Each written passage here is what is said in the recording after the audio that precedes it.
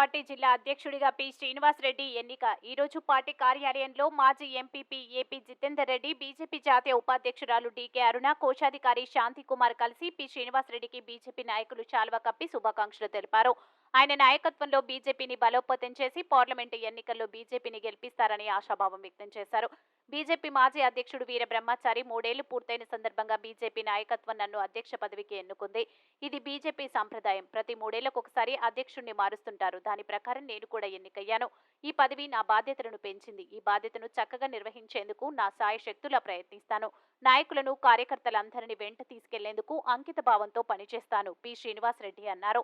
ప్రధాని నరేంద్ర మోడీ నాయకత్వం ప్రపంచంలో మరెక్కడా లేనందున బీజేపీలో పనిచేసే అవకాశం రావడం నా అదృష్టమని, విజయవంతం కావడానికి అందరి సహకారం కావాలి అని అన్నారు. ఈ కార్యక్రమంలో బీజేపీ నాయకులు, కార్యకర్తలు తదితరులు పాల్గొన్నారు.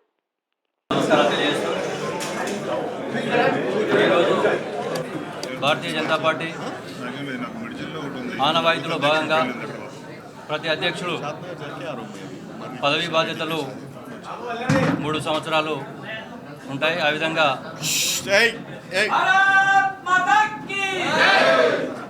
గతంలో పనిచేసినటువంటి చాలామంది అధ్యక్షులు ఈ యొక్క పాలమూరులో కొత్త వారికి అవకాశాలు కల్పిస్తూ ప్రతి 3 సంవత్సరాలకు ఒకసారి ఈ యొక్క అధ్యక్ష బాధ్యతలు నిర్వహణ జరుగుతుంది. దాంట్లో భాగంగానే పాలమూరులో ఉన్నటువంటి అందరి పెద్దల ఆశీర్వాదంతో భారతీయ జనతా పార్టీ నాకు ఈ యొక్క పాలమూరు జిల్లా అధ్యక్ష బాధ్యతలు అప్పచెప్పడం జరిగింది.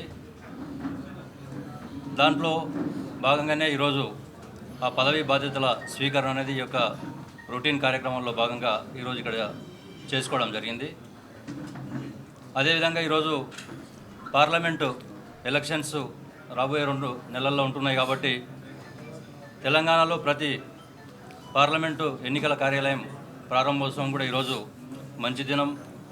అది దినం ఏదో వసంత పంచమి. భారతీయ జనతా పార్టీకి ఎదుగుదలకు, భారతీయ జనతా పార్టీ గెలుపుకు ఒక శుభసూచకంగా ఈ యొక్క దినాన్ని ఎంచుకొని ఈరోజు పార్లమెంటు ఎన్నికల కార్యాలయం కూడా ఓపెన్ చేయడం జరుగుతుంది. సరస్వతీదేవి నా పైన ఏదైతే ఈ యొక్క బాధ్యతలు పెట్టారో, గతంలో నేను ఇక్కడనే ఉమ్మడి జిల్లాలో జిల్లా కోశాధికారిగా, పాలమూరు నారాయణపేట జిల్లా ఉన్నప్పుడు జనరల్ సెక్రటరీగా, పాలమూరు ఒక జిల్లా ఉన్నప్పుడు మళ్ళీ జనరల్ సెక్రటరీగా, అంటే కొద్దిగా తగ్గుతూ వస్తుంది జిల్లా, నా బాధ్యతలు పెరుగుతూ వస్తున్నాయి. కాబట్టి ఆ విధంగా నేను అందరితో కలిసి పనిచేయడానికి ఈ యొక్క బాధ్యతలు ఇవ్వడం జరిగింది.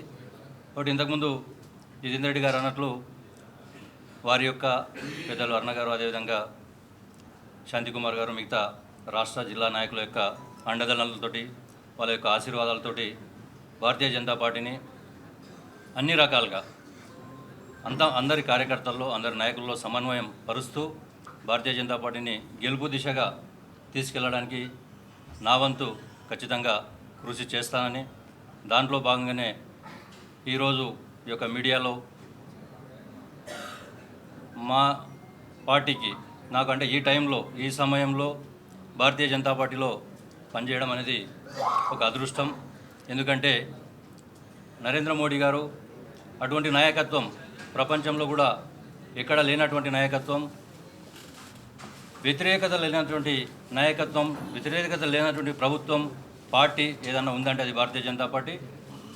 మోడీ నాయకత్వంలో, మోడీ కాదు జాతీయ నాయకత్వం, నడ్డా గారు అయితేనేమి, అమిత్ షా గారు అయితేనేమి, రాష్ట్రంలో ఉన్నటువంటి నాయకులు కిషన్ రెడ్డి గారు అయితేనేమి, లక్ష్మణ్ గారు అయితేనేమి, సంజయ్ గారు, ఎవరికి కూడా ఎలాంటి మచ్చ లేనటువంటి నాయకత్వం.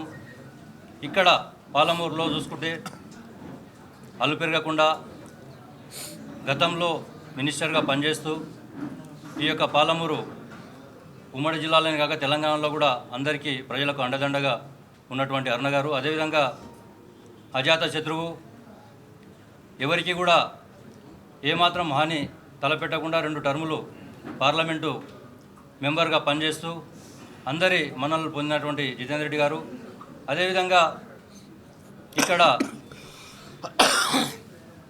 Income tax state all India officers అధ్యక్షులుగా పనిచేస్తూ ఈ యొక్క భారతీయ జనతా పార్టీ సిద్ధాంతాలు నచ్చి ఆ యొక్క పెద్ద జాబ్ కూడా రిజైన్ చేసి ఈ యొక్క భారతీయ జనతా పార్టీ నాయకులతోటి కార్యకర్తలతోటి వాళ్ళని ముందుకు తీసుకెళ్తున్నటువంటి శాంతికుమార్ గారు, అదేవిధంగా చాలామంది నాయకులు, భారతీయ జనతా పార్టీ మాజీ అధ్యక్షురాలు పద్మారెడ్డి గారు, మిగతా నాయకులు, మన మొట్టమొదటి అధ్యక్షులు నేను ఏబీవీపీలో ఉన్నటువంటి అధ్యక్షులు గురుజు రాజేందర్ రెడ్డి గారు, వాళ్ళందరి యొక్క అండదండలతోటి ఖచ్చితంగా పార్టీని రాబోయే ఎన్నికలలో గెలిపించే దిశగా ఖచ్చితంగా ప్రయత్నం చేశాం. దానికి కార్యకర్తలందరూ కూడా సహకరించాలని మీ ద్వారా అందరికీ విజ్ఞప్తి చేస్తున్నాం. ఈ సందర్భంగా ఈ యొక్క భారతీయ జనతా పార్లమెంటు ప్రజలకు కూడా రిక్వెస్ట్ చేస్తున్నాను. రాబోయే ఎన్నికలలో భారతీయ జనతా పార్టీ అభ్యర్థిని ఘన విజయంతో గెలిపించాలి. ఆ విధంగా గెలిపించినట్లయితే పాలమూరు అభివృద్ధి కొరకు భారతీయ జనతా పార్టీ నాయకత్వం పనిచేస్తుంది. కాబట్టి ఖచ్చితంగా భారతీయ జనతా పార్టీని గెలిపించాలని మీ ద్వారా ప్రజలను కోరుతున్నాను.